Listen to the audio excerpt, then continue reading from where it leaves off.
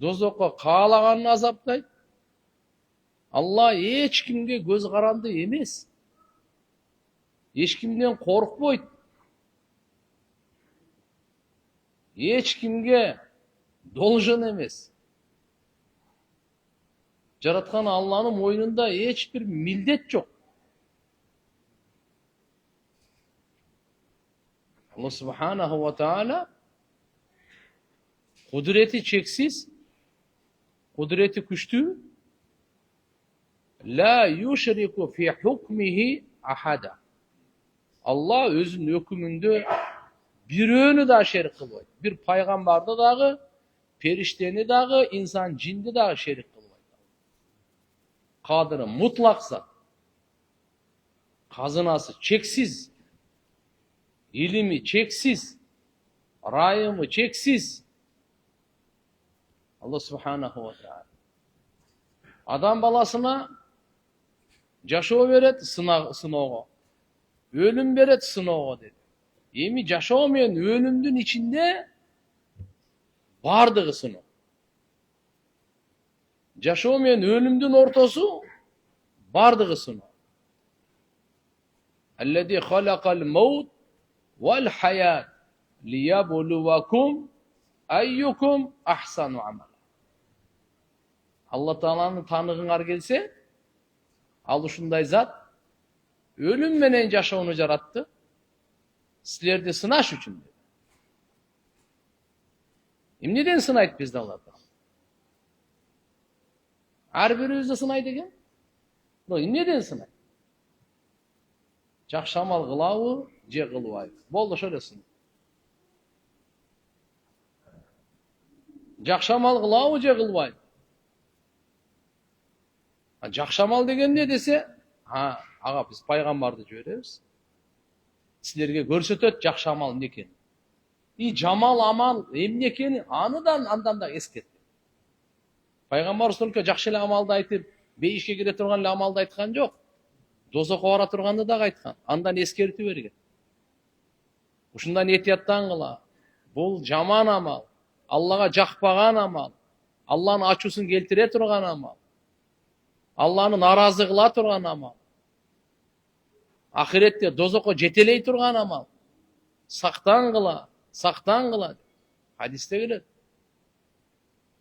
Ey сахабалар дейт, пайгамбарыбыз айтат. Мен силердин артыңардан, бел боңордан кармап тартамын дейт. Силер болбой өзүңөрдү отко таштайсыңар. Кандай түндөсү костер жагып койсоң, от жаксаң, ар кандай көпөлөктөр, курт кумурскалар учуп келип түшө берет го, кайра. Кудду ошонун мисалын келтирди. Мен силерди кайра тартам, силер болбой өзүңөрдү тияка тартасыңар. Пайгамбарыбыз бүткүл адам затты дозоктун отунан, түбөлүктү азабынан куткаруш үчүн жиберилген. Ошон үчүн назир дейт. Назир, ал кандай десең, райымдуулук менен, боорукерлик менен, эненин мээрими бар го, ошо менен жамандыктан кайтаргандай. Агай мусулман бир туугандар, мынаке сыноодон өткөнгө пайгамбарыбызды жиберди дагы, ким пайгамбардын айтканын кылса, артынан ээрчисе, ал сыноодон өттү. Ким пайгамбарга баш ийбесе, аны укпаса, жолуна түшпөсө, ал сыноодон жыгылды. Мынаке баарыбызга бир амал. Соодагерлерге деле ошол, дыйканчыларга деле ошол, эркектерге деле ошол, аялдарга деле ошол, би, кул, бай, кембагал баарына пайгамбарыбыз саллаллаху алейхи ва салламды коюп койгон.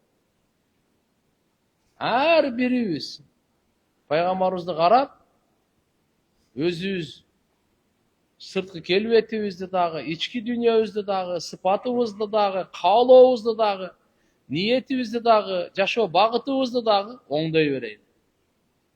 Аркасынан түшө берейин.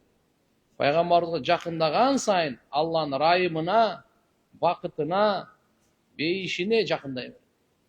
Пайгамбардан узак качкан сайын, артта калган сайын жакшылыктан дагы, Алланын ырайымынан дагы, бейишинен да узактай берет. Демек, өлүм менен жашоону сыноо үчүн жаратыптыр. Өлүм менен жашоонун ортосундагы бардыгы сыноо. 24 саат сыноо. Өлгөнгө чейин сыноо. Сыноо бүгүн болуп, эртеге жок, андай эмес. Алла берип дагы сынайт, алып дагы сынайт. Куранда айтты: "Ва наблукум биш-шарри вал хайри фитната." Бизлерди жамандык, жакшылык менен, экөө менен тең сынайбыз. Кулиллахумма маликал мулк ту'тил мулка ман таша ва танзи'ул мулка мимман таша ва ту'иззу ман таша ва tudillu man tasha biyadikal khayr. Innaka ala kulli shay'in qadir. Tulijul leyl fil nahar ve tulijul nahar fil leyl ve tukhrijul hayya minel meyyit ve tukhrijul meyyite minel hayy ve terzuqu men teşâ'u bi gayri hisab. Aytqın ey Muhammed sallallahu aleyhi ve sellem. Kulillahumma malikul mulk. Бардык ааламдын мүлк бадышасы Алла өзү. Каалаганга бадышалыкты берет.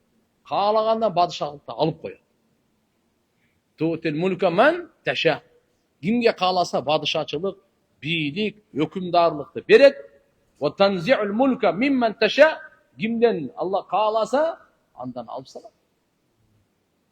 Түндө мына капкараңгыны жарыкка киргизип аткан, жарыкты караңгыга киргизип аткан, өлүктөн тирүүдөн өлүктү чыгарып аткан. Жакшылык Алланын гана колунда. Дүнүйө ахиреттин бактысы, ийгилиги Алланын гана колунда. Биядика. Ар бир нерсеге ал кудуреттүү. Жараткан Алла алсыз эмес. Кудуреттүү Алла субханалла. Демек, өлүм менен жашоодагы сыноо үчүн экен, оору менен дагы ден соолук сыноо. Эми карап тур. Алла Таала оору менен дагы сынайт, ден соолук менен дагы сынайт. Аз ден соолугубуз жакшы, мечитке келдик, Кудайга шүгүр, өзүбүз басып келдик. Бул Алла Тааланын нематы. Алла субханала ва таала ден соолукту берип сынайт. Кайда иштетет бул? Алла Таала дайыма эмес, ооруну берип дагы сынайт. Ден соолукта шүгүр керек, ооруда сабыр керек. Ден соолукта ким шүгүр кылса, экзаменден өттү. Ооруда ким сабыр кылса, экзаменден өттү. Ден соолукта ким шүгүр кылбаса, ооруда сабыр кылбаса, сыноодон жыгылды. Сыноодон өткөн жок. Демек, башы оорубай эле турабы? Алхамдулилlah, буга шүгүр. Ооруп калдыбы? Буга сабыр. Киши оорубай эле турабы? Жок. Алхамдулилlah, буга шүгүр. Киши ооруп калды. Буга эмне? Сабыр. Мусулмандын иши таң калыштуу деген. Ажабан ли амрил муъмин инна амраху куллаху лаху хайр. Пайгамбарыбыз айтып атат. Иманы бар кишинин бардык ишинде таң калса болот. Бардык иши анын пайдасына, жакшылыгына дейт. Мусулман адамдын бардыгы, жашоосу дагы пайда, өлүмү дагы пайда. Ден соолугу да пайда, оорусу дагы пайда. Курсагы тогу дагы пайда, ачка калганы дагы пайда. Кийими бары, кийими жогу дагы. Макулбу? Кандай болсо дагы мусулманда только пайда экен. Ва лейса залика илля лил муъмин. Пайгамбарыбыз айтып койгон, бул иманы бар кишиге гана, башка бирөөгө эмес. Кимдин жүрөгүндө Аллага иман барбы, ошого гана айтып атабыз. Фа ин асабаху хайр. Эгерде буга жакшылык жетсе, шакар. Фа кана хайрлаху. Эгерде бул жакшылык жетти, шүгүр кылды. Буга жакшылык. Сооп буга. Жамандык жетти, сабыр кылды. Дагы сооп буга. Кандай болгон чакта дагы баарыбыз туган Алла Таалам жаратып койгон, пайгамбарлар ооруган. Пайгамбарлар ачка калган. Пайгамбарыбыз Мухаммад алейхиссаламды сыйкырлашкан. Пайгамбар саллаллаху алейхи ва салламды уулашкан. Сыноо келген. Пайгамбарыбыз чаңкаган, ачка болгон, ооруган.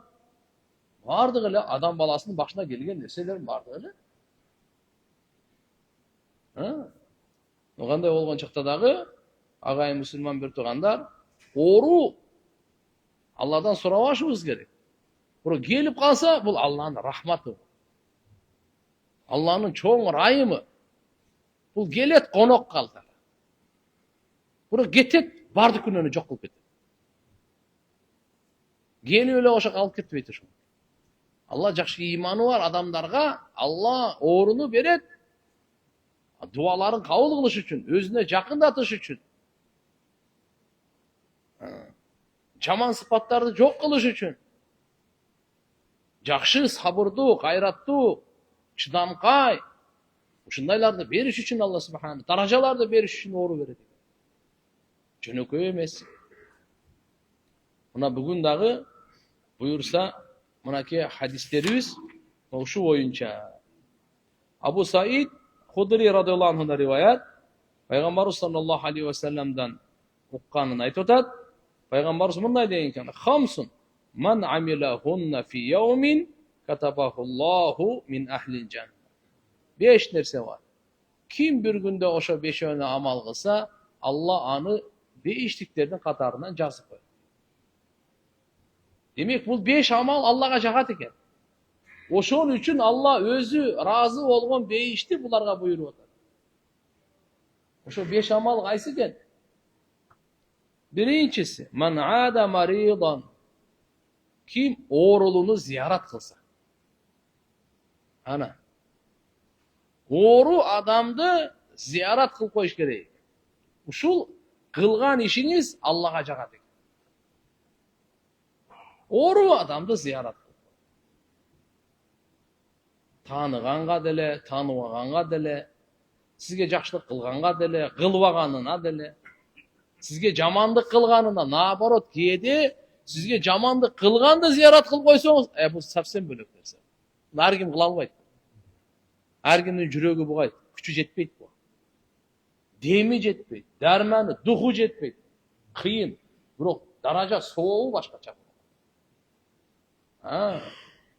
Жамандык кылган адамга барып зиярат кылып. Пайгамбар саллаллаху алейхи ва салламга bir ayal daima жамандык кылат эле, ооруп калганын көрүп, барса, о көзү 2 эмес 4 болуп калды, мени өлтүргөнгө келди окшойт.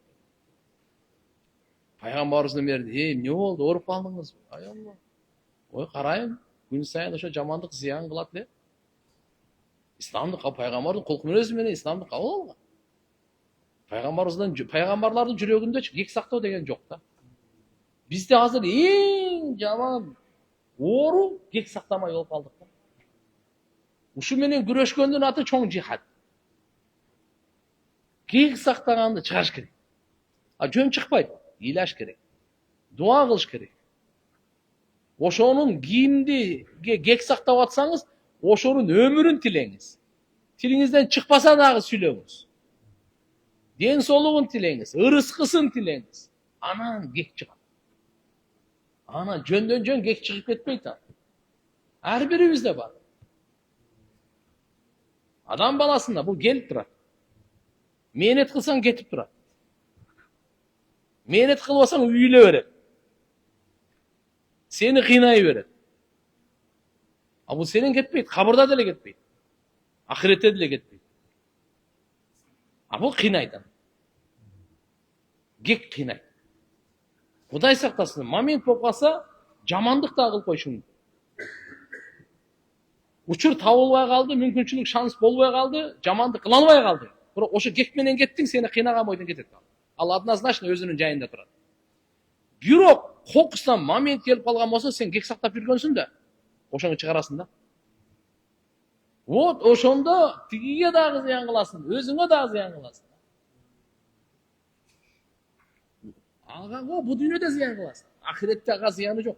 Özünü dünyada da ziyan kılasın, ahirette de ziyan kılasın. Kek saktagan öte jaman dersin. Peygamberlerin yüreğinde kek saktao degen bolboyt eкен да. Öç alуу degen tap takır peygamberlerin yüreğinde bolboyt. Oşon үчүн oğruluğunu ziyaret kılуу Allah'a jaga turgan amal eken. Өзүңүздүн жакыныңыздар ооруп калса, оорубасын, ла эмеле, баары ден соолук да болсун.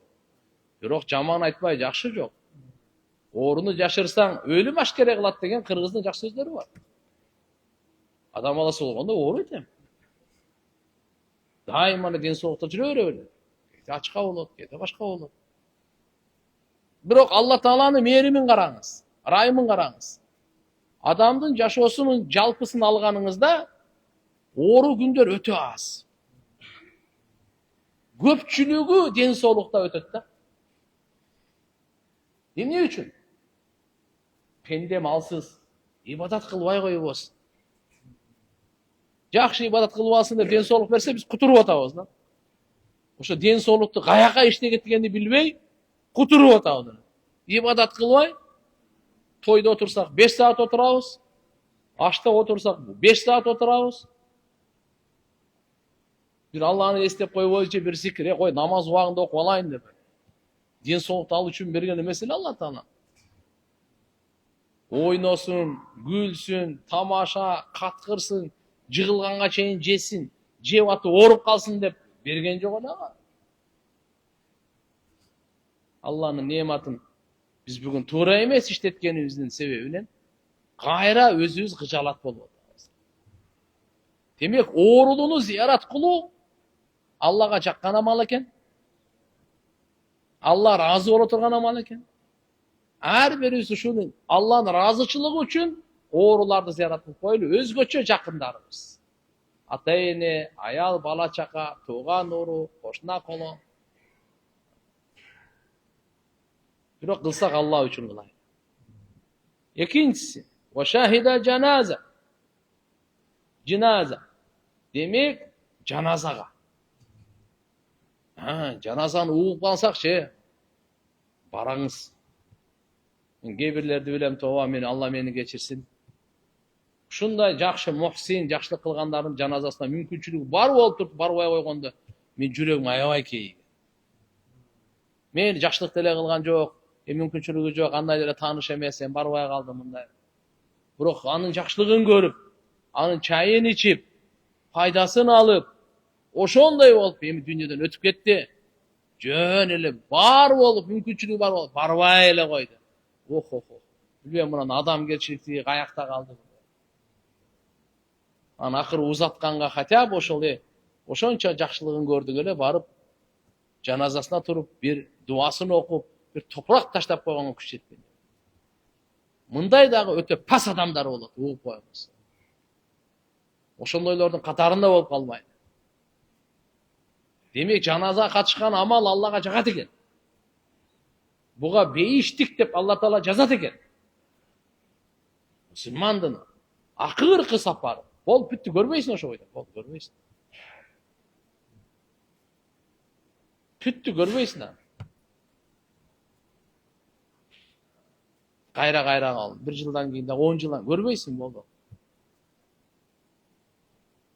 Ошон үчүн жаназа намаз сабак ала турган намаз. Жаназа намаз сооп ала турган намаз. Бул только сабак эле эмес, сообу дагы бар. Бир кыйраат сооп аласыз.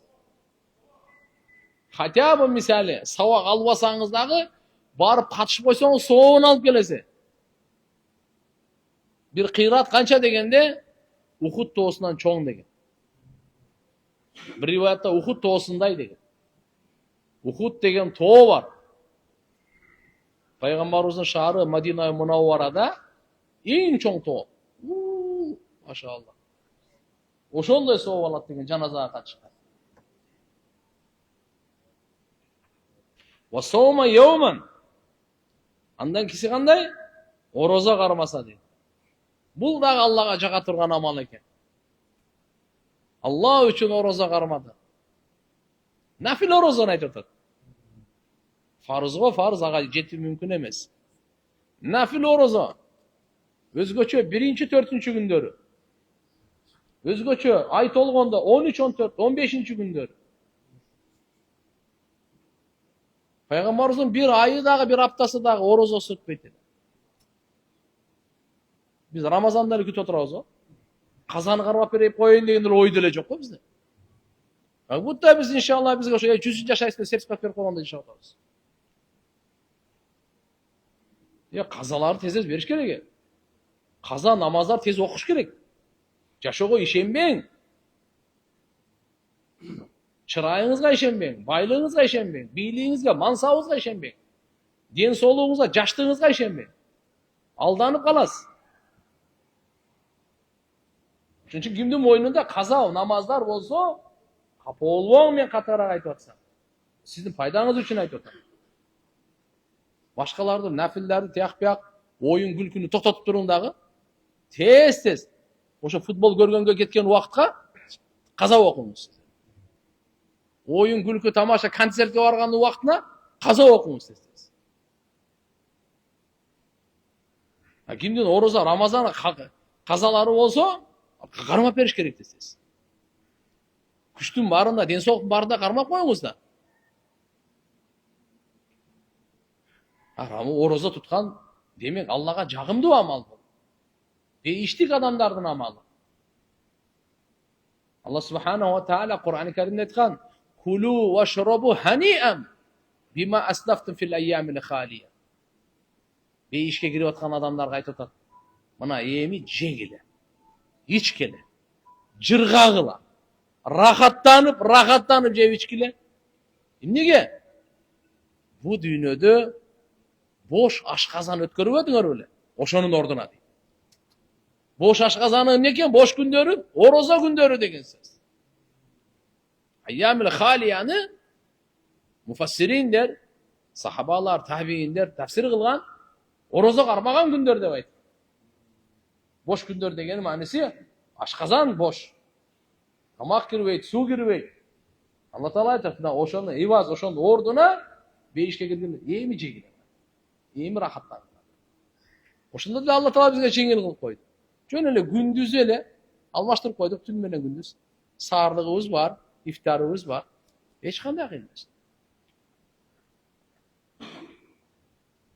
Мен бир досум бар айтат. Япониядагы окумуштуулар адамдын ден соолугу боюнча чечим чыгарыптыр. Адамдын ден соолугу туруктуу, бекем ошо чечим чыгарышты. Кандай? Bir жумада любой нерсени жей берип, эч кандай диета пията кереги жок. Алдыңызга ойгону шыпырып тура берип. Бирок 2 күн ачка болуп коюм деп турду. 5 күн подряд жемей, 2 күн ачка болуп коюм. 2 күн подряд эмес мындай. Буну пайгамбар 14 кыл мурда эле айткан. Бирок рахматы мына бул япондун окумуштуулары ошондогу аркасынан издеп чыккан. Бизде давно бар да бул. 2 күн, bir жумада 2 күн. Биринчи, төртүнчү бар да. Кара кандай сон. Мына эң машал муну өздөрү айтып атышат. Демек, орозо туткан амал, бу жерде бир нерсе эске алыңыз. Сиз диета кармагандар бар. Канча күн мен тааныштарым бар. Суу менен да, эмне деп коет эле бир. Ачка, голодовка. Ошондойлор менен дарылангандар бар да. Дарылангандар бар. Бирок ошондой кылып дарыласаңыз, голодовка, тияк, бияк, йога, ден соолугуңузга пайда болушу мүмкүн, бирок сооп жок буга. Сиз шарияттын көрсөтмөсү менен орозо кармасаңыз, ошондой эле болот. Андан жакшыраак болот. Таң атканга чейин жакшы, машалла, саарлык кылып, курсак тойгозуп, күн батканда дуа кылып, оозу ачып коюңуз, аны көрөлү. Демек, 3-чү амал кайсы экен? Орозо.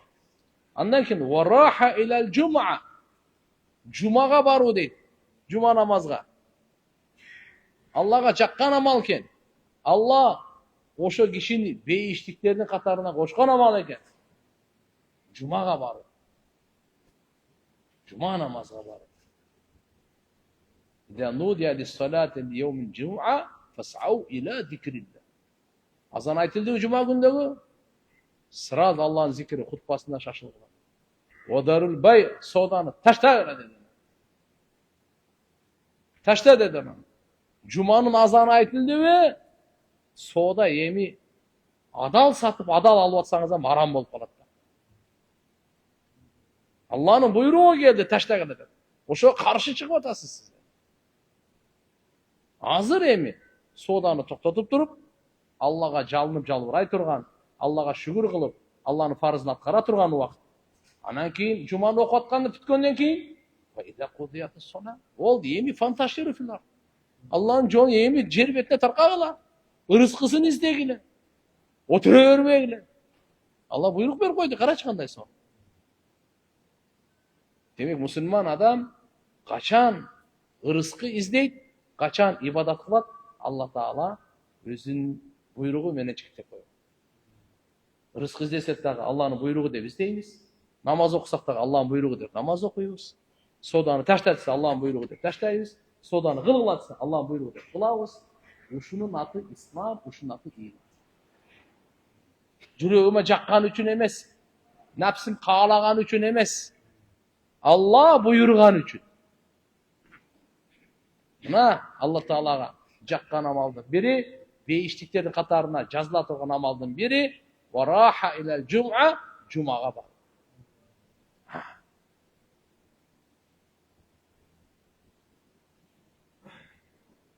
Жумага эртерээк баргандарга төөнү курбандык чалганды сообу жазылат. Нени? Демек, эгерде мүмкүнчүлүк болсо, жума күнү төө курбандык чалыңыз, таксыр. Алымдар айтышат. Жума күнү эгерде кимдин мүмкүнчүлүгү болсо, курбанчылык кылам деп атса, жума күнү кылып койсун. Кичине бир аз кечигип баргандарга уйду курбандык чалганга сообу жазылат. Курбанды чалып, бейбечаралар таркаткан соң. Андан кийин баргандарга койду деген. Андан кийинкиге токту деген. Анан эң мына деп барып калгандарга жумуртка дейт. Анан экинчи азан айтылганда периштелер, баягы сооп жазып аткан периштелер акырын ошо дептерин жабат экен дагы. Өздөрү дагы хутбаны укканга кулак салып отуруп калат экен. Бирок ошондон кийин келгендер деле жума окуду деп эсептелет, бирок азыркындай сооптор жок. Жумага баруу. Мадина Мунавварада пайгамбарыбыз мечитинде өзгөчө жума күндүн багымдатына адамдар айт намазга баргандай барышат. Багымдатка чырактарын көтөрүп алып, ал убакта мындай свет болгон эмес да. Ушундай адам көп айт намазга кетип аткандай дейт. Ушу күнгө чейин, машаалла, пайгамбарыбыздын мечитинде ушундай аулиялар бар экен. Жуманын тахажжудун окуп алып, багымдатка барып, жумага чейин Куран окушат экен. Багымдаттан жумага чейин. Ортодо кичине дарат алып, аз-маз, мүмкүн жарым саат, 1 саат эс алса эс алат. Же болбосо жакшы эс албаган эс албайт делекен. Кайра келип болду. Биринчи сапта Куранды хатым кылып, дуа, салават, зикир. Ана. Мына ошолордун жумасы жума майрам деп ошону айтса болот да. Майрам деп кайсы күнү күнөө кылбасаңыз, ошол күн сиздин майрамыңыз. Жашообузду карап көрөлү. Кайсы күнү күнөө кылган жоксуз. Ошол күнгө сыймыктансак болот. Сүйүнсөк болот. Мына 5-инчиси ва атака ракабатан, кул азат кылса дейт. Ааламда кулчулдук доору өткөн. Раба владельческий строй. Пайгамбарыбыз эң биринчи кулчулдуктан боштондукка чыгаруу, бошотуу, азат кылууну пайгамбарыбыз кылган. Пайгамбарыбыз бул маселени көтөргөн ааламга. Ким кулун азат кылса, Алла аны дозоктон азат кылат деп. Угуп алгыла. Кулдар пайгамбарыбыздын доорунда сатылчу. Кадимкидей адам кул кылып алышкан, базарда буюм катары эле сатылат. Кааласа жарымы, меники, бардыгы ушундай болчу. Пайгамбарыбыз саллаллаху алейхи ва саллям буга кызыктырып, өкүмдөрүн айтып, пайдаларын айтып, соопторун айтып. Мына 5 амал туугандар. Аллага жаккан амалдар экен.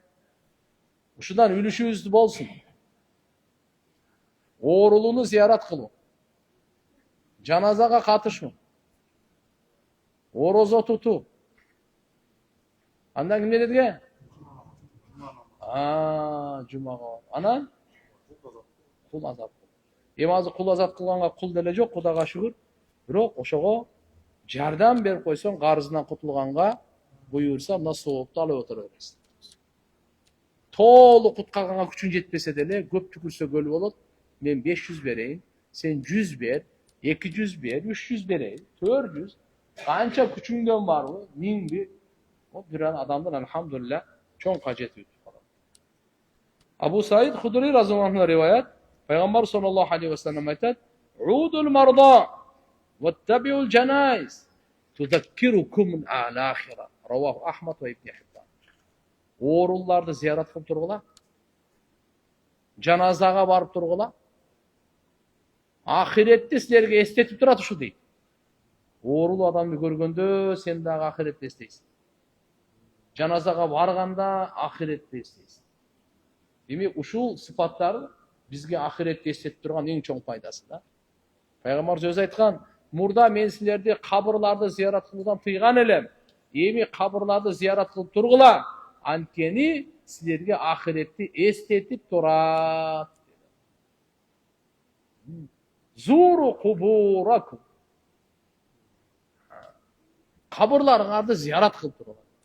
Söz ölüp kalganda ele görüstөнгө барбай, жөн деле адашып деле барып коюш керек экен. Эле өтүп баратып эле кире калдым эле деген. Ниет менен барсаң совсем бөлөк. Аябай жакшы сабак алып келесиң. Жүрөк тазаланып келет. Адамды ойлонуп тура коет, Өзгөчө жалгыз барсаңыз, ana çoçup korkup жүгүрүп kaçıp келип да берсе болду. Эме кылып, ай корко турган жер эмес айыр. Сабак ала турган жер, аларга өлүктөргө салам айта турган, аларга дуа кыла турган жер, эч немеси жок. Кээде адам ушундай төгүлөт, ушундай ыйлайт, жүрөктөр ушундай Алла таалам тазалайт, руханияты ушундай жаркырай түшөт да жаркырай түшөт.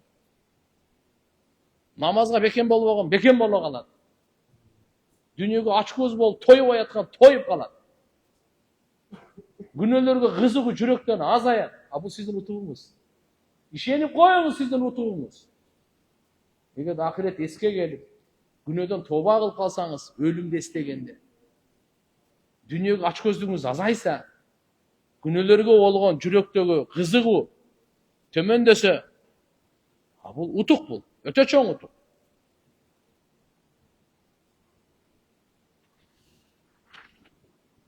Tabarani'de rivayet gelir. Abu Hurayra, Abdurrahman İbni Amr, Abdullah İbni Umar razıyallahu anhum.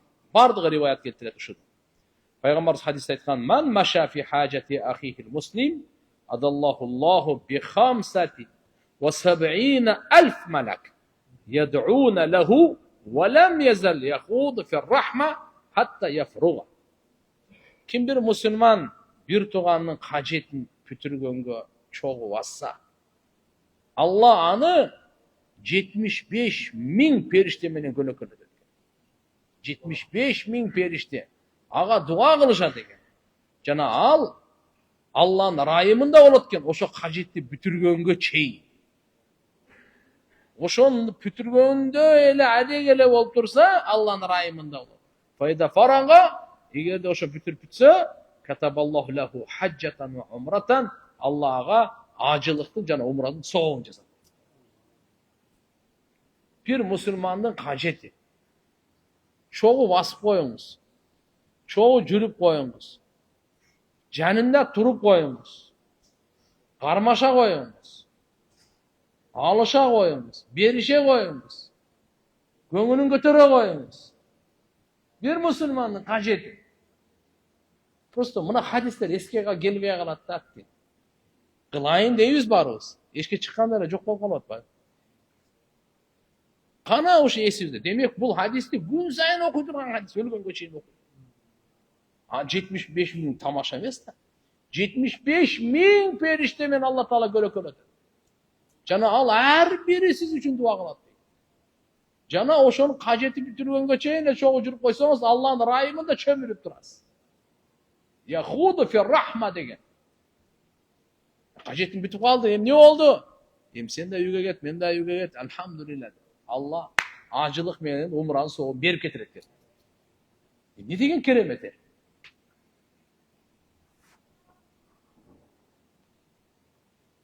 Мына бул дүйнөдө кыла турган иштер мыналарчы. Ахиретке кам көрө турган, соопторду ала турган, соопторду тияка жиберип бизди күтүп ала турган амалдарды пайгамбарыбыздын нурлуу амалдар. Адам чыныгы баалуулук, байлыкка жете турган амалдар булар. Дүние эмне бул? Пайгамбар саллаллаху алейхи ва саллям эге дүние ушунчалык эле укмуш болгондо Алла пайгамбарыбызга төгүп эле берип коймок. Меккенин тоолорун рубин, алтындан кылып берейинби дегенде пайгамбарыбыз. Bir gün kursağım tok bolup sana şükür kılıp, bir gün kursağım aç bolup sana sabır kılıp, yaşoom ушундай өткөн мага жакшы. Болсо пайгамбарыбыз саллаллаху алейхи ва саллям айткан: "Ey Muhammed кааласаң, сени бадыша кылып пайгамбар кылып коелу, мына ал Меккенин тегерегинде тоонун бардыгын аркаңдан ээрчитип салабыз" деген.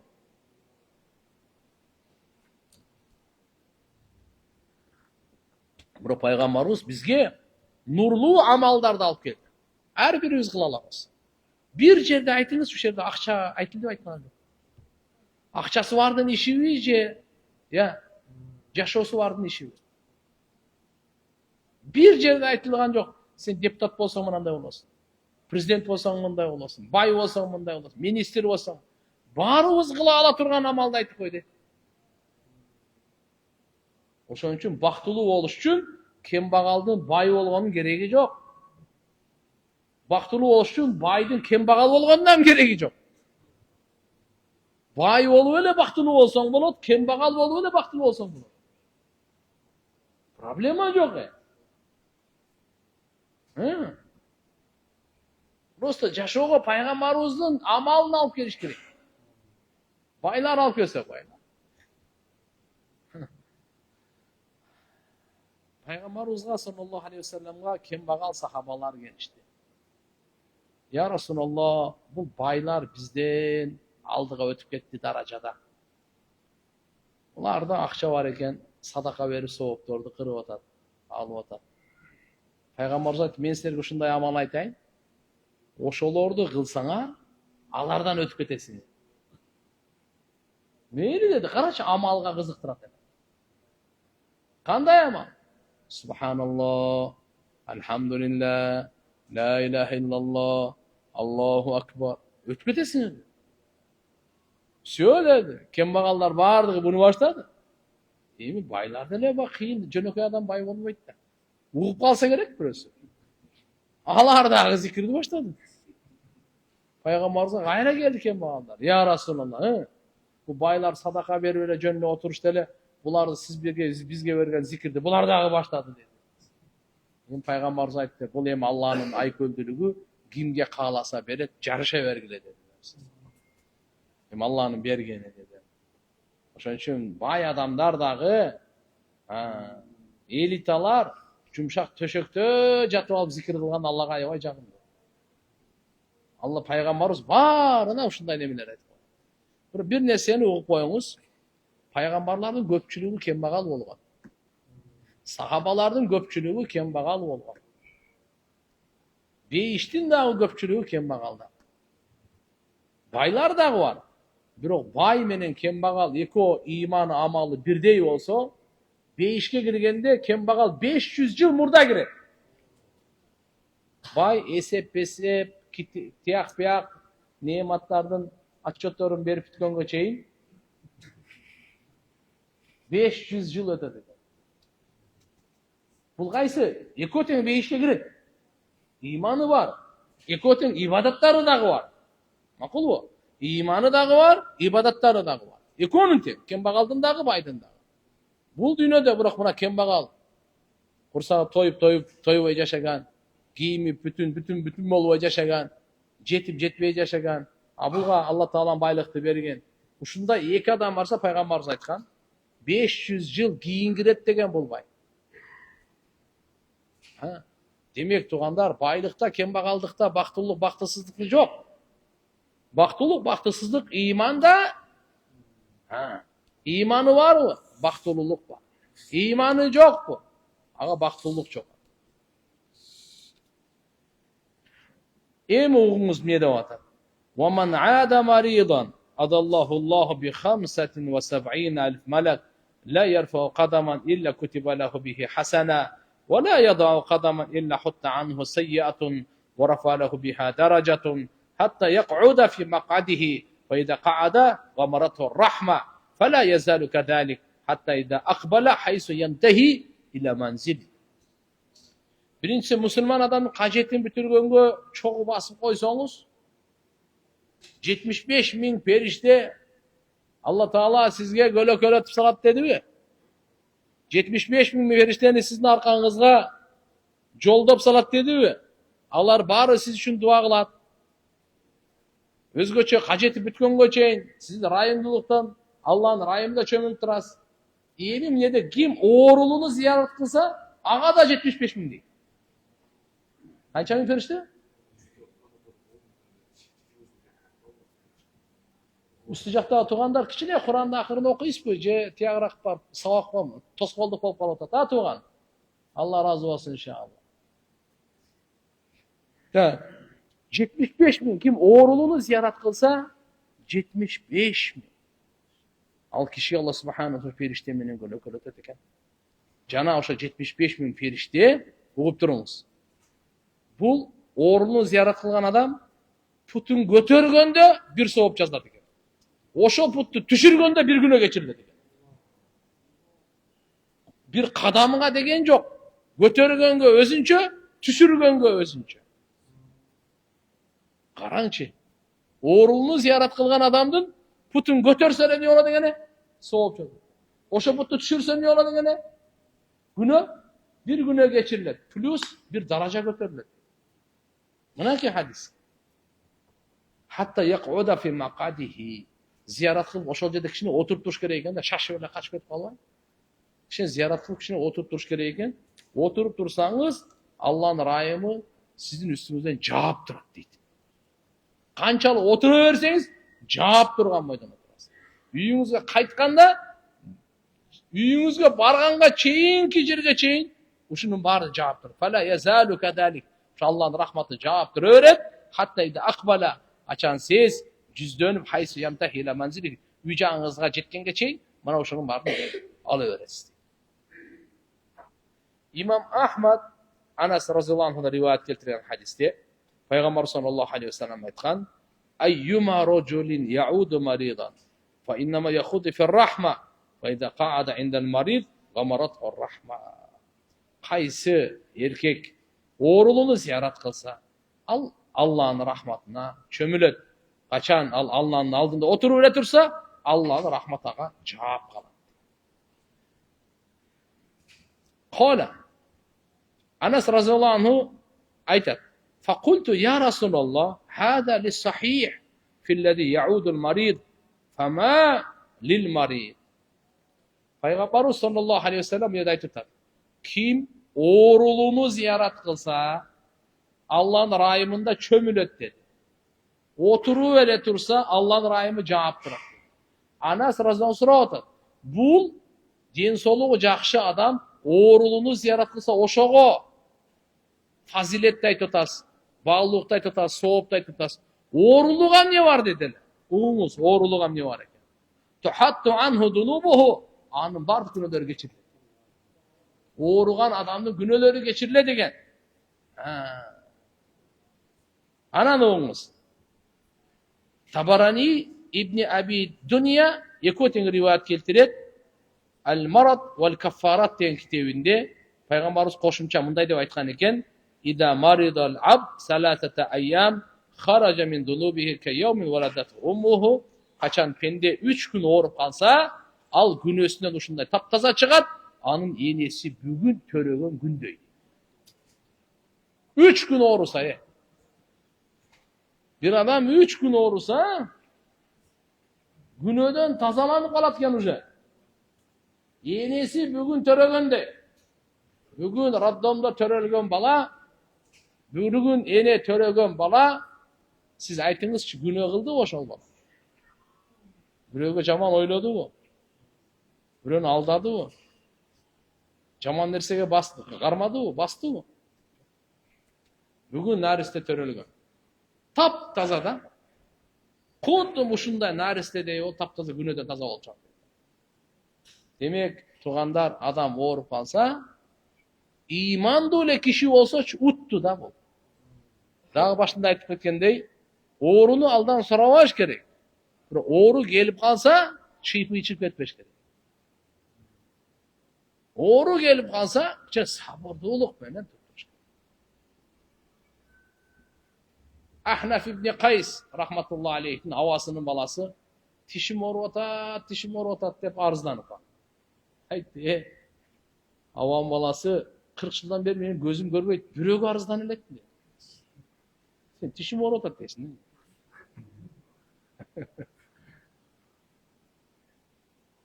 40 жылдан бeri эч кимге арызданбаптыр.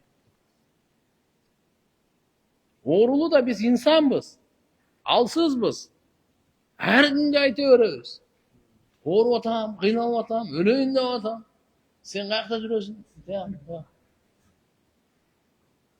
Чыдай албайчы. Паникалап этебиз да. Пандемияда көп эле паникадан өлүп калган, билесизби? Мына өлүп калды, жанында мына өлүп калды, мен деле өлөт экен. Паника деп.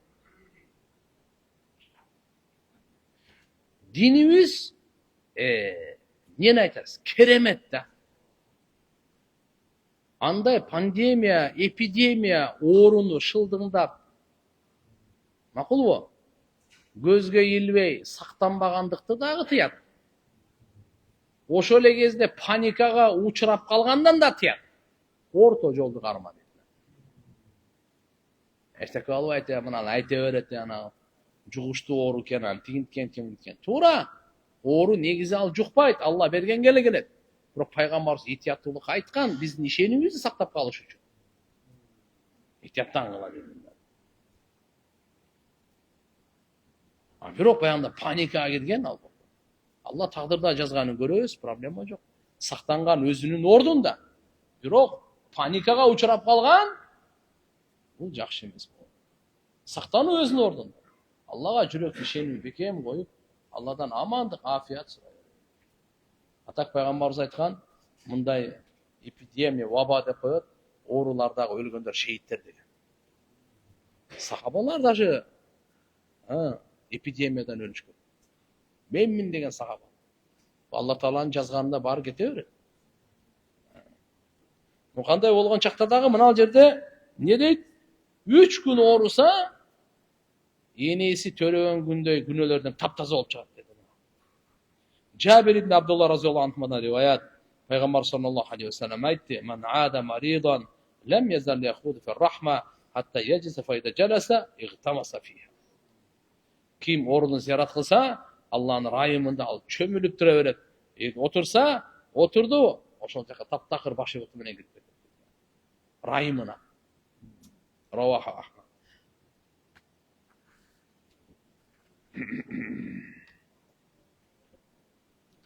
Анас разияллаху риваят бар. Пайгамбар саллаллаху алейхи ва саллям айтат: "Ман таваддаа фа ахсанал вуду ва ада ахаху ал-муслим мухтасибан бу'ida min jahannam 70 kharifan." Qultu ya Aba Hamza, mal kharif? Qala al-'am. Rawahu Abu Dawud bi isnadin hasan.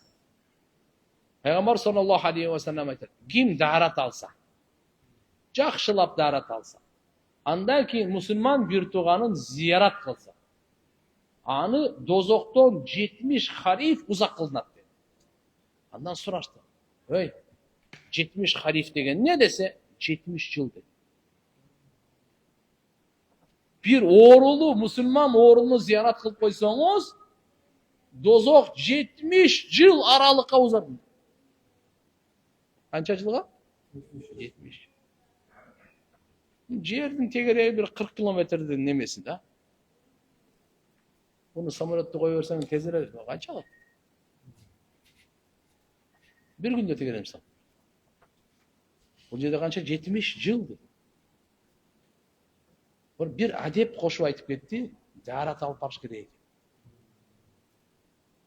Не қылыш керек екен? Мүмкіншілік болса, зияраты жоқ, зияратты өте береді, азық сауаптары бар. Бірақ мына хадисте 70 жыл ұзақ болады деген хадисте зиярат алса деп атады да. Зияратты дағы толық жашнақай алып, мұсылман бір туғанына зиярат қылса, сауапты үміт қылып, мына Алла Таала сауабын өзінің жайында дозоқтан ұзақ қылып салады екен 70 жыл. Абу Даудта келеді, бұның заиф хадис емес, хасан хадис. Саубан радиаллаху анху риваят. Пайғамбар саллаллаху алейхи ва саллям айтады: "Иннал муслим даада ахаху муслим лам язал фи хурфатил джанна хатта ярджиа." Мұсылман адам бір мұсылманды ауырып атқан ауалын сұрағанға барса, ал бейіштің мөмесінде болады қайтқанға шейін. Бейіштің мысалы хурфатил джанна деп болады, жанаха, яғни мөмесі. Раваху муслим. Бұл мұндайда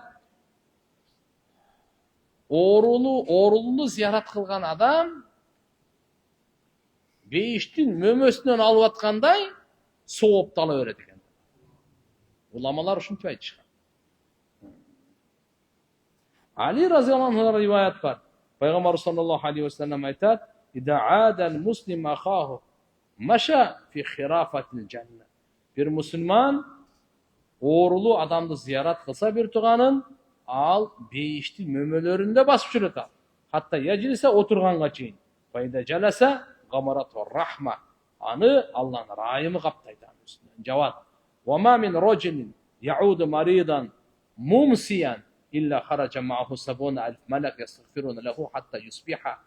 Қайсы бір киши орулуну зиярат қылса кечинде, ал менен бирге 70 000 періште чоғы шығады, аға таң атқанға чейін Алла Тағаладан кешірім сұрайды. 70 000 періште дуа қылады екен. Кечінде зиярат қылып қойсаңыз, сіз үшін Алладан 70 000 періште үшінің күнөсі кешірілсін де дуа қылады екен. 70 000 періште сіз үшін дуа қылып отса, қачан? 1 сағат, 1 минут емес, таң атқы шақты да отыр. Таң атқы шақты. "Ваман атаху мусбихан хараджа мааху 70 алф малак ястагфируна лаху хатта юмсия." Еми ким орулуға таң атқанда келсе, ал менен бирге 70 000 періште чоғы шығаттағы, алар кечке чейін истихфар қылышады. Раваху Ахмад ва Ибн Маджа марфуан ва хакада ва Абу Дауд мауқуфан би ихтисарин ва зада фихи ва кана лаху харифун фил джанна ва раваху Тирмизи. Мен эми үчүн буларды айтып берип атам? Ахли илим, илимдүүлөр буну түшүнөт, кайсы китепте келип атат. Бұл хадистің күчі қандай екен түшінеді. 70 000 періште қаяқтан айтып атады, мына мақсат деп. Тоқта. Мына жер ол тамаша емес, бұл жомоқ емес. Мынандай кітептерде келіп отыр. Имам Ахмад Муснадында зикір қылған, Ибн Маджа зикір қылған, марфу болғанда да хадис. Сахабадан айтылған емес, пайғамбарымыздың өзіне жетіп көтеріліп айтылған. Абу Даудтан анки сахабадан айтылған жері бар. Жана мұны ағадағы субхана бейіштен бір бақ беріледі деп те айтылған екен. Имам Тирмизи рахимахулла да қошып айтқан екен. Хадисун хасанун, заиф хадис емес деген. Мақулу ولفظه قال سمعت رسول الله صلى الله عليه وسلم يقول. Hazret Ali разиаллаху анху айтып отыр. Не деп? Мен пайғамбарымыз Мұхаммад алейхиссаламда мындай деп айтып жатқан ұқам дейді. Ма мин муслимин яуду муслиман ғудватан илля салла алейхи 70 алф малак хатта юмсия.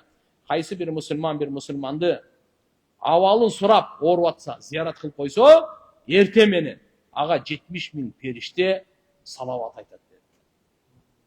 Періштелердің салават айтқаны истихфар дейді. Мұрынғы хадисте ястағфируна деділі. Амына жерде солла деп. Періште егерде салават айтады десе біліп қойыңыз, ал истихфар қылады оша пендеге. Истихфар деген қандай? Алладан ошо адам үчүн кечирим сурайт деген сөз. Эми мен сизге дуа кылсам, Алла күнөөңүздү кечирсин депчи. Эстегенде мен сизге бир немени айтайын. Биз бир дуа бергенди үйрөнөйлү. Дуа кылганды үйрөнөйлү. Баягы курама, токума, уйкаштырма, анан мына бу дүйнөнүн тегерегинде эле жүрө бермей, аларды кое туруңуз дагы. Пайгамбарыбыз кайсы дуаны үйрөтсө, ошону үйрөнүң. Анын ичи керемет. Анын ичиндеги жакшылыктын аягы жок. Андагы береке, субханалла, адам элестетип болду. Пайгамбарыбыз үйрөткөн дуалардын баары кабыл болгон дуалар. Нурлуу дуалар. Пайгамбарыбыз айтты. Манжасын мындай кылып туруп 5 бар го? Баш бармагымда. Ким төртөөнү сураса, Аллахумма гфирли, вархамни, ваафини, варзукни. Dünya ahiretin bardıq жақшылықты сурап бүттү dedi. Сөздү узартпаң, мына төртөөнү чын жүрөктөн сураңыз, иштин баары бүтөт. Майдалабаң, төртөөнү токтоң, жүрөктөн, Алладан ушу. Угуп атат Алла Таала. Алла Таала угуп атат менен деп туруп, ишеним менен. Пайгамбарыбыз айткан сөзгө таянып туруп, үмүт менен дуа кылың, анан айтыңыздар. Аллахумма гфирли, вархамни, ваафини, варзукни. Төрт нерсени сурап. Пайгамбар саллаллаху алейхи ва саллям бир манжасын жумуп туруп айткан ушундай. Dünya ахиреттин бардык жакшылыгын сурады деди. Я Алла, менин күнөөлөрүмдү кечир, мага райымдуулук кыл, мага амандык, сак саламатчылык бер, мага ырызкы бер деген сөз. Эми ушуну да бири-бирибизге бербейли ушу дуа. Кандай деңиздер? Мына ушуну өзүбүз үчүн кылайлы, ушуну атабыз үчүн кылайлы, ушуну апабыз үчүн кылайлы, ушуну аялыбыз үчүн кылайлы. Ушуну бир туугандарыбызга кылайлы, бала чакабызга кылайлы. Бири-бирибизге дуа бер десе, ушу дуаны кылыңыз. Не бул дуада биринчи пайгамбарыбыздын айтканы? Я Алла, менин күнөөлөрүмдү кечир. Мен сизден дуа сурап калсам, таксыр мага бир дуа кылып койбойсузбу десе, сиз мага о жараткан Алла максаттын күнөөсүн кечир. Мындан чоң дуа мага, мындан өткөн кубаныч мага жок. Айтайын. Мага өмүр, ырыскы, ден соо башка ушунун ичинде бардыр. Биринчи Алла Тааладан биз бири-бирибизге, я Алла, ушу пенденин күнөөсүн кечир деп сурашыбыз керек. Бу дүйнөнүн бактысы күнөөлөрдүн кечирилүүсү. Ахиреттин бактысы дозоктон кутулуп бейишке кирүүсү. Dünyanın baktısı köp yaşaganda emez. Күчтө, сулуулукта, байлык, бийлик, мансапта, жана башка нерсе дүйнөгө бар аларда эмес. Дүйнөнүн бактысы күнөөлөрдү эгер Алла кечирген болсо. Ошон үчүн Айша энебиз Пайгамбарыбыз саллаллаху алейхи ва салламды бир күнү аябай көңүлү ачык, маанайы жарык учурда көрүп калып дуа сурап. Я Расулалла деп өзү айткан. Азыр сурасам, мага чын жүрөктөн бир башкача дуа берет го депчи. Я Расулалла, мага дуа бериңизчи деп. Пайгамбарыбыз не дуа берди Айшага? Я Алла, Айшанын мурунку, кийинки, ашкере, жашыруун бардык күнөөлөрүн кечир деп дуа кылды. Күнөөнүн кечирүүсү бул совсем бөлөк дуа бул. Пайгамбарыбыз эң ошондой моментте Айша энебиз өзүнө ушундай сүйүнгөнүнөн батын албай, хадистерде келет, башы адам өзү катуу сүйүнгөн өзүн кармай албай калат экен. Ошого чейин жетти. Анан Айша энебизден пайгамбар сураган, "Я Айша, сен ушунча сүйүндүңбү?" дегенде, "Эмне үчүн сүйүнбөйүн? Мага ушундай кереметтүү дуа берип атасың." Пайгамбарыбыз эмне деди? Айша, бул дуаны мен үммөтүмө ар бир намаздан кийин кылам деди го. Караңызчы.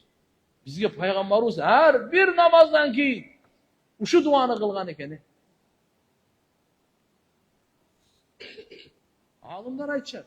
Айшени сурангандан пайгамбарыбыз ушу дуаны берген дейт. Үммөткө суратпастан туруп пайгамбарыбыз берип атат дейт. Айшенебизге бир жолу ушундай спец дуа берген дейт. Үммөткө ар бир намаздан кийин спец дуа бар экен дейт. Бул не деген пайгамбарыбыз үммөтүн канча жакшы көрөт? Бирок биз бүгүн пайгамбарыбыздын сүннөтүн тебелеп атканыбыз, пайгамбарыбыздын сүннөтүн үйдөн кууп чыгып атканыбыз кайраттуулукка каршы. Пайгамбарыбыз сүннөтү менен тамак жейт. Оң кол. Оң кол, оң кол. Сол кол менен кылбаңыз. Пайгамбарыбызды жакшы көрөм деп, анан пайгамбарыбыздын сизге дуасы деп, анан сол кол менен болбойт ал. Пайгамбарыбыз саллаллаху алейхи ва салламдын сүннөтүн неме кылат. Не айтып аттыгы? Биринчиси мынакей. Я Алла, ушуну айтсаңыз да ата-энеңиз ушуну айтат. Ата-энем, я Алла, күнөөлөрүн кечир, райымыңа ал, амандык, сак саламатчылык бер, анан ырызкы бер. Төртүнчүсү, унутпайбызбы иншалла? Мына күнөөлөрдүн кечирилүүсү жөнөкөй нерсе эмес. Кептин баары мына жерден чыгып келат деле, билесиң. Болду. Демек бир мусулманды зиярат кылып кое турган болсок, канча периште дуа кылат экен? 70 000 периште. Эрте менен зиярат кылсаңыз, кечке чейин булар не иш кылат экен? Кечке чейин ошо адамдын күнөөсүн кечирилгенин Алладан тилейт. Bir kişi emez, perişte. Bir perişte emez, 70 000. Bir yol emez, taң atkandan geçke çeyim. Geçinde ziyaret kılsan, taң atkanга çeyim. Просто ушул hadis ziyaret kılıp atkanda aldığımızda olsa o başka şey. Allah'ım barıza tevfik versin. Bu kaysi rivayatta İbn Hibban vel Hakim bi nahvi Tirmizi jana aytkan eken sahihun ala şartıl Bukhari ve Muslim. Buldagı İmam Bukhari, İmam Muslim'din şartlarına to'g'ri kelgan sahih hadisdir.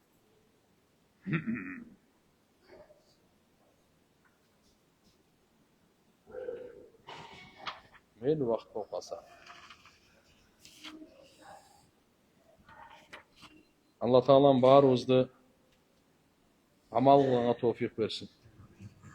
Keyingi saat Xudo qalasa o'g'riluğa qanday duo berishimiz kerak? O'g'rilu qanday bizga duo berish kerak? O'shol bo'yicha.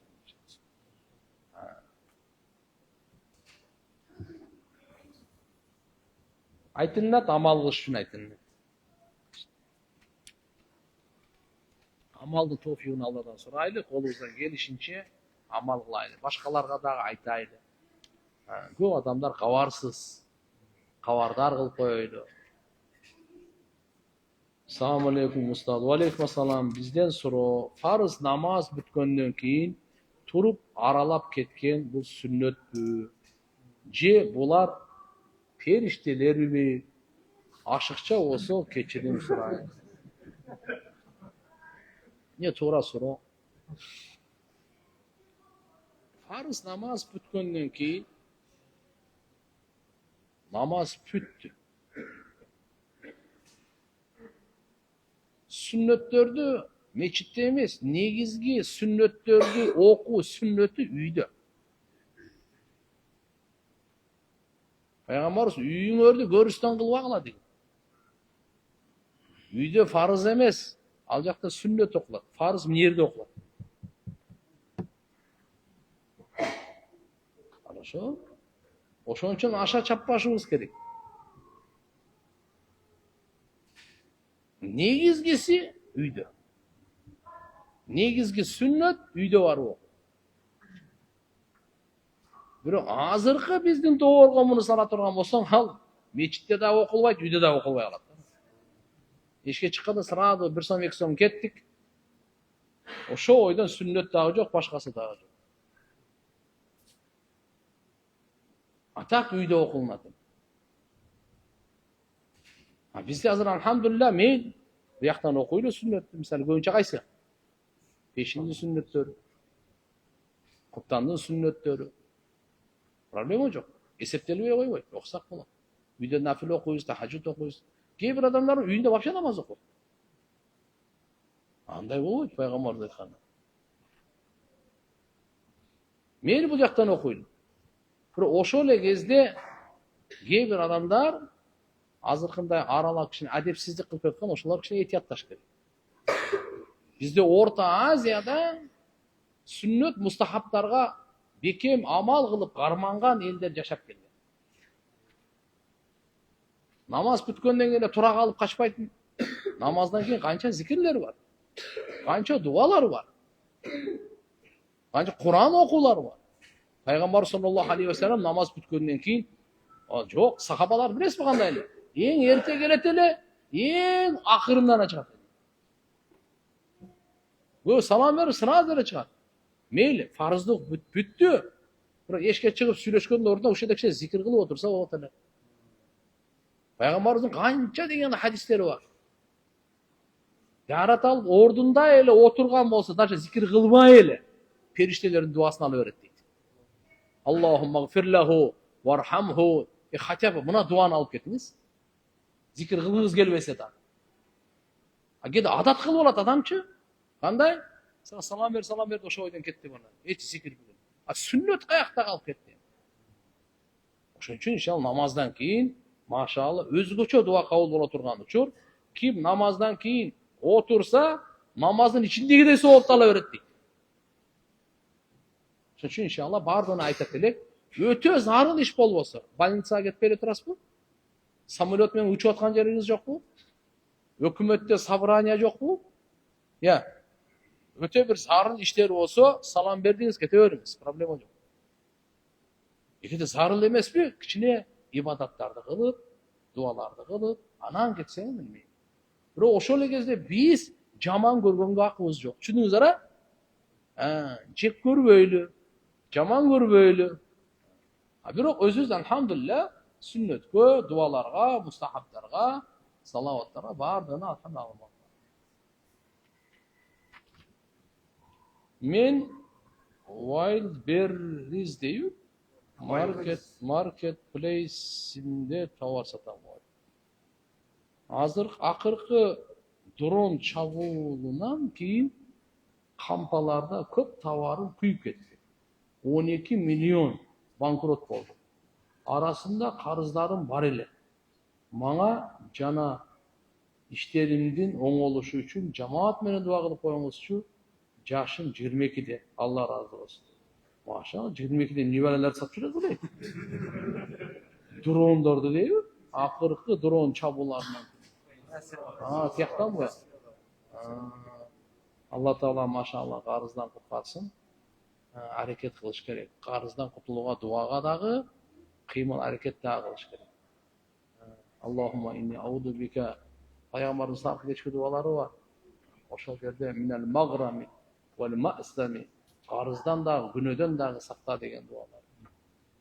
Qarız yaman, qahri rical, galabatı dayn deydi. Oşu qarız moynuma üstemli bolgondan sakla. Allahumma kfini bi halalik an haramik ve agni bi fadlik amman sivak degen dua. Peygamberimiz aytkan, toğdoy qarızın bolsa ham kurtarıp koyat, Allah uşunun duanı bereket menen. Hareket da kılıp duaga da bekem işenim boluş gerek. Allah'ım sizge jardam bersin. İpoteka uy alsa bolobу, күрөканалардан акча алса болобу. Процент болбойт. Кандай болгон жакта. Аналарга болбойт турган. Allah пендесинин чоң күнөөлөрүн кечирет ширктен башкасы. Ширктен башкасы бардыгы кечирилет. Ширк кечирилбейт. Эгерде өлгөнгө чейин ширктен тоба кылса, ал деле кечирилет. Тобанын эшиги ачык. Күн батыштан чыкканга чейин, жан алкымга келгенге чейин, каргара деп бар. Ошого чейин тобанын эшиги ачык. Тоба кылса үлгүрүп калса эле бүттү. Үлгүрбөй калса өлдү. Мен ажырашканыма 10 жыл болду. Bir балам бар. Азыр үйлөнбөгөн бала алам дейт. Сиз кандай кеңеш бересиз? Рахмат, Алла разы болсун. Kız kişi okşaydı ha, ayal kişi. Men ajırашканыма 10 жыл болду. Bir balam var, azır үйлөнбөгөн bala alam. Meyli eştek emez. Главный maşallah ata-eneleri toora görse, imandуу bolsa, Hadичени özünde ele Peygamber sallallahu aleyhi ve sellem algan. Bирок ата-энеси менен кеңешип эме кылса.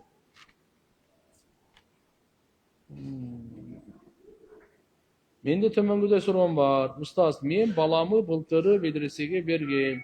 Өзү кызыкпай окусу келбей дагы зордоп окуттук. Кийин кызыгып окуду. Азыркы күндө окууга болгон кызыгуусу дагы жоголо баштады. Анткени баламы атасы окутканын айтып милдет кылат. Кандай жол тутсам болот? Рахмат. Кызыктыра бериңиздер. Окутуу эми бул милдет эмес бул. То есть мындай милдет кылуу бар го. Мен сага кылдым. Мындай одолжительный эме кылыш милдет. Андай эмес. Мойнуңда итак эле милдет да. Аны кылышың керек эле. Балдарды окутуу эркектин мойнунда. Мен витр намазындагы кунут дуасын эч жаттай албадым. Бирөө айткан болчу. Роббана атина фид дунья хасана дуасын айтып кой деген. Ошондон бери ошол дуаны айтам. Ал туурабы? Туура эле. Мындай кунут дуасын жаттаганга көп кыйынчылык жок. Аракет кылыш керек, ниет кылыш керек. Ошого чейин ана кээ бирлер көнүп алыптыр да, кунуттун жаттабай эле жеңил окатка Роббана атина фид дунья Аллаху акбар. Ошолор менен жок туугандар. Эми ошол жерде кунуттун учурунда дуа бар. Роббана атина фид дунья хасана ва фил ахирати хасана ва кина адабаннар деп койсоңуз, кунуттун ордуна өтүп турат. Бирок анын өзүнүн дуасын жатташ керек. Пайгамбарыбыз айткан сүннөт дуасы аракет кылыш керек. Ишканада көпчүлүк намаз окуйбуз. Аллага чексиз шүгүр. Намаз окуп жатканда арка жактагы адам окуп, бүте электе туруп кетсем болобу? Саждага барганда туруп кетсе болот деп уккам. Кандай кылсам туура болот? Алла сизден ыраазы болсун.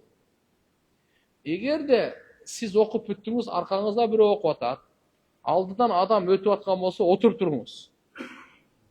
Туруп кетип калбаңыз. Түшүнүктүү болдубу? Сиз окуп бүттүңүз, аркаңызда намаз окуп атат, могул жерде адамдар нары бери өтүп атат. Алдыңызданчы. Сиз туруп туруңуз, бул окуп алсын. Эгерде алдыңызда андай эмес, сиз оң жакка кааласаңыз, сол жакка туруп кете бериңиз, проблема жок. Анын намазы бузулбайт. Саждага барганда андай деген жерлери жок. Жөн эле туруп кете берсеңиз болот.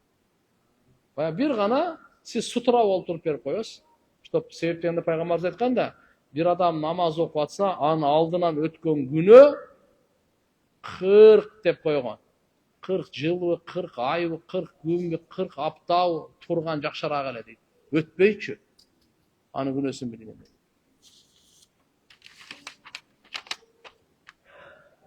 Менин атым Максат, сиз менен кезигип тууганчылык мамиле тууралуу сүйлөшсөм деген телефонум. Кайсы жакка барыш керек болсо даярбыз. Мечитке келе бериңиз, Кудай кааласа мечитте жолугабыз. Менин суроом төмөнгө чөктү. Мен өзүм медицина тармагында иштейм. Менин кесиптештерим бар. Алар пластический хирург болуп иштешет. Ал кесиптештерим көбүнчө кыздардын көзүнө сурма кылышат. Ооздорун, эриндерин, кыздардын төштөрүн, жамбаштарын чоңойтушат. Анан ошол кылган иштерин интернет тармактарга, инстаграмдарга жүктөп өздөрүн реклама кылышат, клиент топтош үчүн. Ошол кылган иши боюнча врачтын Алла Тааланын алдында абалы кандай болот? Анан ошол ишти кылдырган кыздардын абалы кандай болот? Өтө чатак. Жакшы эмес да? Алла Таалан берген кооз, сулуулук мына ушу турушуңуз да. Албетте, мисалы, тиштер кыйшык болуп калат, оңдосо болот. Каш боюнча конкретно келген. Каш тергендер, жука кылып, андай мындай кылгандарга, наалаттар келген. Катуу эскертпелер келген аранда. Ашаны жасалма кирпиктери, азыркы айтып аткан тигин чоңойтуп, буну чоңойтуп деген. Булар бардыгы шариатка каршы келген иштер. Bundan токтош керек, тооба кылыш керек. Bunun зыяны бу дүйнөдө да көрөсүң, ахиретте да көрөсүң. Ошон үчүн эсиң барда этиңин жап деген. Алла берген кооздук менен кооздоно бериң. Сизди Алладан башка мындай чырайлуу кылып эч ким жарата албайт. Мындай чырайсыз эч ким бере албайт. Анан көрө кулк мүнөзүңүздү кооздоңуз. Мына ошого. Кээ бир жерде мейли шрам-прам болуп калса, ошону жойгонго, жакшы тиктиргенге, ал бөлөк нерсе, көздөрү ылдыйоодо болуп калды. Мисалы, же болбосо кандай бир тоскоолдук болуп аткан, зарылчылык маселеси жок бул жердечи. Бул жерде не ал? Ошондой азыркындай пластический немелердин бардыгында. Эмне зарылчылык? Зарылчылыкты караш керек. Зарылчылык ошого барбы? ошонун зыян кылбай койсо зыян болобу болбойбу? Же жөн эле мындай азыркы моданын аркасынан кылмай, так мына айтканыңыздан бирөөсү дагы шариатка туура келет. Амин. Субханакаллахумма ва бихамдик. Нашхаду ан ла иляха илля анта. Настагфирука ва натубу илейк. İşin var mı? Toktop durumları vakit varken değil. 5 minut bekir getirmeydi. Assalamu aleykum ve rahmetullahi ve berekatuhu. Sorular var durvay, veriyor mu? Namazdan keyin meçitte cemaat menen namaz okusa bolboybu, Allah razı olsun. Namaz egerde бүтүп kalsa, ötkönde de aytsak gerek ele bunu. Azan aytıldı, qomat aytıldı, imam yerge okup büttü. Emin azan aytıldı, qomat aytıldı, imamdın jayında okuldu. Оған ең жақсы жалғыз оқыған жақсы. Бір егерде 2-3 оқыса Абу Юсуф раматуллахи алейхтің фатвасы бойынша, мейлі жамаатмен оқыса уруксат деген. Бирок жалғыз оқығанға жетпейді. Эмне үчүн мусулмандардын жамааттын биримдүүлүгүн, маанисин бекем кармашыбыз керек, учурда келип окуганга аракет кылыш керек. Мечиттин сыртында болуп калса комат айтасыз, жамаат менен окуй бересиз, проблема жок. Устаз, суроом мындай: менин бакма иним бар. Biz kichine kezinde bagып alганбыз. Азыр 33 жашта. Азыркы учурда апамды кыйнап жатат. Негизи бакма балдар бизге кандай болот? Негизи мен жалгыз баламын. Мага шерик кылып багып алышкан. Мүлк боюнча кандай болот? Алла разы болсун. Бала багып алган сооптуу иш. Бирок мураска келгенде үлүш албайт. Чүнүктүүбү? Ага чейин эле ата эне өлө электе эле мына балам үй сеники, машина сеники мындай деп берсе берип кое берсин. Бирок эгерде өлгөндөн кийин үлүш болуп калган болсо, то есть мурас ала албайт алар. Сеп анын белинен чыккан бала эмес ал. Койткандай кылды. Аларга ишte садака тияк берип койсо болот. Бирок мураска только белинен түшкөн балдар. Түшүнүктүбү? Ал жакшы болсо дагы, жаман болсо да ошо. Мусулман эле болсо болот. Men farz namaz farzda sünnet okulup bütköndön keyin cemaat menen ayat-ı kürsiydi okuganı, zikir kılganı жетишпей kalan. Köp uçurda Kur'an okulup jatkanda namazımды бүтүрөm. Zikirdi, ayat-ı kürsiydi kaçan okuganım jakşı çoğurak var. Tuğan, bul her bir adam öz jekeçe kılat bunu. Namaz püttü bardık nerse. Emi siz anı jetpey kalan dep jani menen ana kıynalbay ele koyun. Ayat-ı kürsünü okup, zikirlerdi kılıp, dualardı kılıp, jese namazga turup, aga siz eң көңүл бурбай эле koyun. Siz naborot ошого жетип алам деп эптеп кылгандан көрөк, шашылбай, жакшы зикир кылыш керек. Жакшы ayat-ı kürsünü окуш керек. Ayat-ı kürsünü менен токтоп калбай, ихлас, фалак, насты окуш керек. Пайгамбарга салават айтыш керек. Анан куп дуа кылыңыз. Эч кандай аларга шашып жеткендин кажети жок. Ал зарыл дагы эмес. Ар ким бурку жеке амалда. Ассаламу алейкум, имам менен чоң окудукпу? Бүттү. Калганы бардыгы жеке амалда. Биз баягы жамаат менен дуа кылып коебуз. Машаалла. Бир жолу жамаат менен дуа кылган сүннөттөрдөн алсак болот. 2-3 дегендер жок. Ал биздин Орто Азиянын жакшы адаттары деген орду бар. Чүнкү ибадаттары эмес, жакшы адаттары. Отурган абалда намаз кантип окулат? Саждага барганда да кыйынчылык жаралып атат. Кош бойлуу болгонго байланыштуу. Жай намазды салып, столго отуруп окуса болобу? Болот. Эгерде бала кысылып калбасын да, кош бойлуу энелер угуп алгыла. Баланы кысып койбогула саждада. Ошондой оорлуу болуп калган болсо, уже жөн эле мындай столго эле отурасың ардагы, мынакей кадимкидей эле окуй бересиң. Мына сиздердин рүкүңөр болот. Мына саждаңар болот. Алдыга бир нерсени коюп сажда кылса болбойт. Подушканы коюп алып сажда кылып, жай намазды коюп, столду коюп сажда кылган ал болбойт. Жөн эле има ишара деп коет. Мына ушу сажда кылганды элестетесиз ишараты менен. Мына рүкүгө кичине кыласыз. Мейлиби? Сажда мындайраак болот да. Сажда кылып атканда эки колуңузду мындай кылып коесуз. Түшүнүктүү болдубу? Кош бойлуулар. Истинжа кылганда Buttu жууганда суу не дейт? Тийгени жетиштүү дейт. Суу тийгени жетиштүүбү? Же кол менен жууш зарылбы? Истинже кылганда бутту жууганда суу тийгени жетиштүүбү? Же кол менен жууш зарылбы?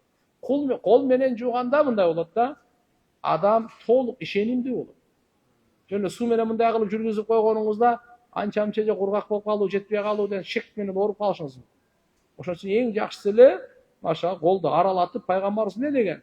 Мисалы бутту жууганда манжалардын ортосу бар го, суу бул жактан кете бериши мүмкүн, бирок мыналар кургак болуп калышы мүмкүн. Пайгамбарыбыз айткан от аралайт деген. Не дегени? Тахлил деп кой, мына халалан. Ошон үчүн манжаларды мындай кылып аралатып коебуз. Манжаларыңызды жүргүзүп коебуз.